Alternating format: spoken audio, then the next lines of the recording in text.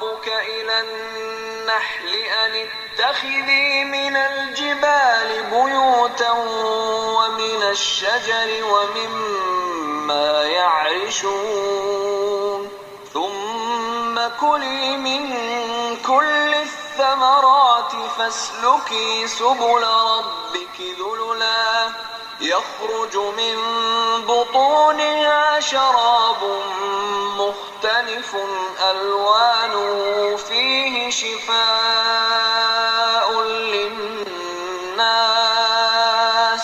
إن في ذلك لآية لقوم يتفكرون.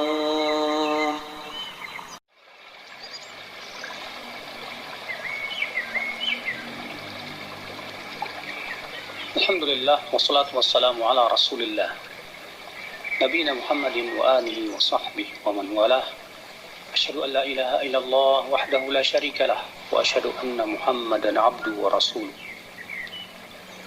Ikhwatal iman, Rasulullah sallallahu alaihi wasallam mengumpamakan mukmin itu bagaikan lebah.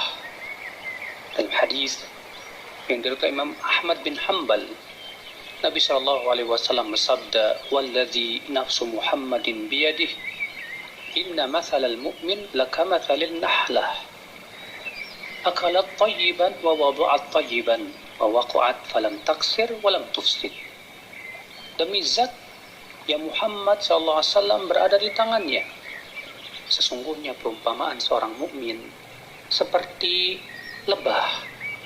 Ia memakan sesuatu yang baik dan mengeluarkan dari tubuhnya sesuatu yang baik. Ia hinggap di sebuah ranting tapi tidak membuat ranting itu patah, tidak pula berbuat kerusakan. Sungguh indah perumpamaan Nabi SAW dalam hadis ini. Lihatlah bagaimana lebah.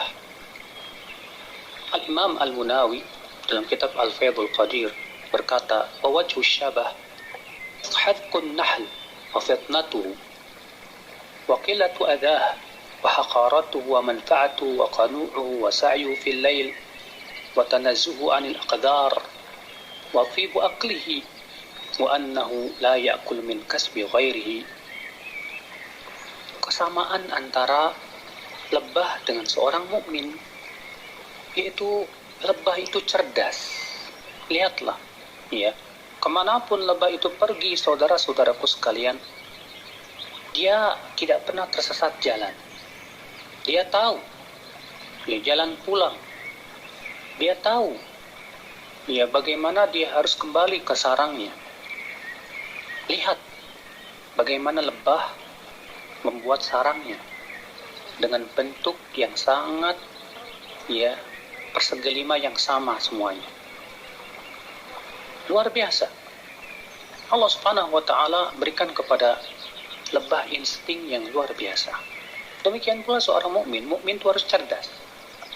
Mukmin harus menggunakan akal pikirannya untuk melihat kebenaran, untuk dia di dalam sikap hidupnya di dunia, dia betul-betul menggunakan akal yang Allah berikan kepadanya, sehingga dia pun bisa menilai mana baik, mana yang tidak baik, tentunya berdasarkan cahaya keilmuan dari Allah Subhanahu wa taala. Kemudian yang kedua, waqilatu adah. Lebah itu jarang menyakiti orang. Dia menyakiti kalau terpaksa saja. Demikian pula seorang mukmin. Mukmin tidak pernah menyakiti siapapun juga. Demikian pula wa manfaatuhu. Manfaatnya lebah itu subhanallah, kalau kita perhatikan manfaatnya, dia mengeluarkan madu dari perutnya, saudaraku sekalian. Dia memakan sesuatu yang bermanfaat. Sari bunga, bayangkan. Sari bunga itu bermanfaat. Lalu kemudian dia konsumsi. Kemudian keluarlah madu yang bermanfaat untuk kehidupan manusia. Demikian pula seorang mukmin, dia tidak memakan kecuali yang halal. Dan mukmin pun juga tidak mengeluarkan dari dirinya kecuali kebaikan. Ucapannya baik, Demikian pula perbuatannya juga baik dan bermanfaat untuk orang lain. Waqanu'uhu, kemudian lebah itu sangat qanaah, dia merasa puas dengan yang ada. Demikian pula seorang mukmin, dia merasa puas dengan yang ada. Dia tidak punya sifat tamak dan serakah. Dia senantiasa bersyukur dengan apa yang Allah berikan kepadanya. Demikian pula lebah, sa'yuhu fil lail wan nahar. Lebah senantiasa berusaha di waktu malam dan di waktu siang, tak pernah bermalas-malasan. Mukmin pun demikian, mukmin tidak lemah, mukmin bukan orang yang pemalas. Makanya Nabi SAW bersabda, ihris ala ma yanfa'. Hendaklah kamu semangat dalam perkara yang bermanfaat buat dirimu. Wasta'in billah, dan mintalah tolong kepada Allah, wala ta'jaz, dan jangan kamu lemah, jangan kamu malas. Mukmin tidak pernah mengenal malas. Dia berusaha sekuat tenaga untuk melawan kemalasannya. Dia semangat dalam perkara yang setiap yang bermanfaat untuk hidupnya dunia dan akhirat. Kemudian di antara kesamaannya juga watanazzu anil aqdar. Lebah dia selalu menghindar dari kotoran-kotoran. Berbeda dengan lalat. Lalat malah mendekati kotoran, tapi lebah tidak. Demikian pula mukmin, dia menjauhi semua kotoran. Dia tidak ingin mengucapkan kata-kata yang kotor. Dia tidak ingin juga melakukan perbuatan yang kotor. Dia juga tidak ingin mendekati tempat-tempat yang kotor yang bisa mengotori hatinya. Dia tinggalkan maksiat, karena itu semua kotorannya, saudaraku sekalian.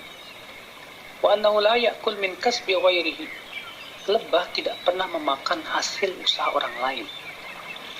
Seorang mukmin pun demikian. Mukmin itu bukan orang yang suka minta-minta. Mukmin itu tangannya selalu di atas, dia berusaha bagaimana dia memberi kepada orang lain. Mukmin itu mencari nafkah. Dia tidak pernah mengambil harta orang lain tanpa hak. Wa ta'atuhu li amirihi. Lebah pun juga selalu menaati pemimpinnya. Demikian pula seorang mukmin. Mukmin menaati pemimpinnya dalam perkara yang ma'ruf. Namun apabila mukmin diperintah kepada maksiat, maka dia tidak pernah mau menaati maksiat tersebut. Karena Rasulullah SAW sabda, la ta'ata li makhluqin fi maksiatil khaliq. Tidak ada ketaatan kepada makhluk untuk memaksiati Allah Subhanahu wa ta'ala. Lebah, saudaraku sekalian, ada penghalang-penghalang yang dia tidak bisa bekerja. Kapan tuh? Bila kegelapan yang sangat, atau mendung, atau angin yang kencang, atau asap, atau air, atau api. Ini semua penghalang-penghalang lebah. Demikian pula mukmin. Ia terhalang oleh kegelapan zulmatul ghaflah, kegelapan kelalaian, karena kelalaian itu gelap. Kezaliman pun juga gelap. Dia tidak bisa bekerja di saat ada kelalaian. Demikian pula mendung, keraguan pun menyebabkan seorang mukmin juga tidak bisa bekerja. Demikian pula angin yang kencang berupa angin fitnah, asap keharaman, dan api hawa nafsu. Nah, ini juga adalah merupakan perkara yang bisa mencegah seorang mukmin. Demikianlah saudaraku sekalian betapa sangat miripnya lebah itu dengan orang mukmin. Maka berusahalah kita seperti yang Nabi SAW gambarkan kepada kita, bahwasanya mukmin itu bagaikan lebah. Betapa indahnya seorang mukmin yang bagaikan lebah. Dia tidak pernah berbuat kerusakan. Di mana saja dia berada, dia tidak pernah merusak. Bahkan dia di ranting yang paling kecil pun dia tidak pernah patah. Dia tidak pernah merusak bunga manapun, dia tidak pernah rusak. Makanya mukmin tidak pernah berbuat kerusakan di muka bumi. Subhanallah. Betapa indahnya kehidupan bagaikan lebah itu. Semoga kita termasuk orang-orang yang bisa mengamalkan hadis yang agung ini. Wabillahi taufiq. Assalamualaikum warahmatullahi wabarakatuh.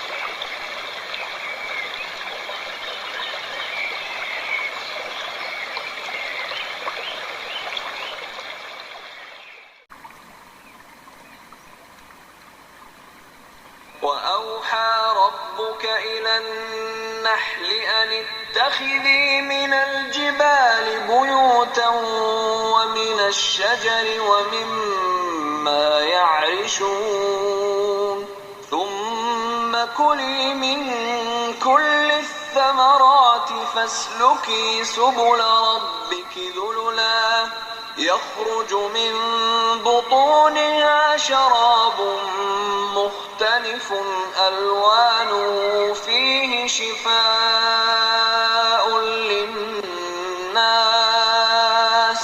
إن في ذلك لآية لقوم يتفكرون